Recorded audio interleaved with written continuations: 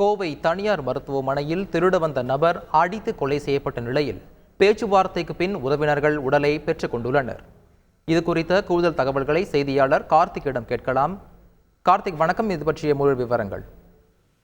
வணக்கம். தனியார் மருத்துவமனையில் திருடச் சென்ற நபரை அங்க இருக்கக்கூடிய ஊழியர்கள் அடித்து கொலை செய்யப்பட்டதாக புகார் எழுந்துள்ளது. இதன் அடிப்படையில் போலீசார் வழக்கு பதிவு செய்து விசாரணை மேற்கொண்டிருக்காங்க.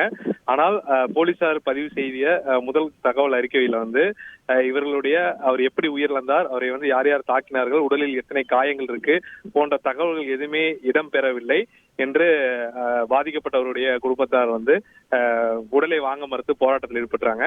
சுமார் 2 மணி நேரம் போலீசார் பேச்சுவார்த்தை நடத்தி அவர்களை உடலை வாங்க வைத்தனர். மேலும் இந்த புலன் விசாரணையில இந்த வழக்கு சந்தேக மரணத்தை கொலை வழக்காக மாற்றியிருக்கோம். உள்ளிட்ட 5 பிரிவுகள் பதியப்பட்டிருக்கு. மருத்துவமனையில துணை நிர்வாக அதிகாரியா இருக்கக்கூடிய நபர் உட்பட 8 பேரை கைது செஞ்சிருக்கோம் அப்படிங்கிற ஒரு தகவல்கள் உத்தரவாதத்தை போலீசார் கொடுத்ததை அடுத்து அவங்க இப்போது உடலை வாங்கி சென்றிருக்காங்க. மேலும் இந்த வழக்குல போலீசார் பல்வேறு கோணங்களை விசாரணை நடத்த இருக்கிறாங்க. அவரோட வந்த நபர் யார், அந்த நபர் எங்கே சென்றிருக்கார், அதே சமயம் இவர் எந்த விதத்துல தாக்குனாங்க, எத்தனை நாள் வைத்து தாக்கி இருக்காங்க என்ற கோணங்கள்ல போலீசார் விசாரணை மேற்கொண்டு இருக்காங்க. முதற்கட்டமாக 8 பேர் கைது செய்யப்பட்டிருக்காங்க. 15 நபர்களை பிடிச்சு விசாரணை மேற்கொண்டு இருக்காங்க. தற்போது இவர்களை உடலை வாங்கி கொண்டு சென்றிருக்காங்க. ஒரு பக்கம் போலீசார் விசாரணை நடத்திட்டு இருக்காங்க. விவரங்களை வழங்கியதற்கு நன்றி கார்த்திக்.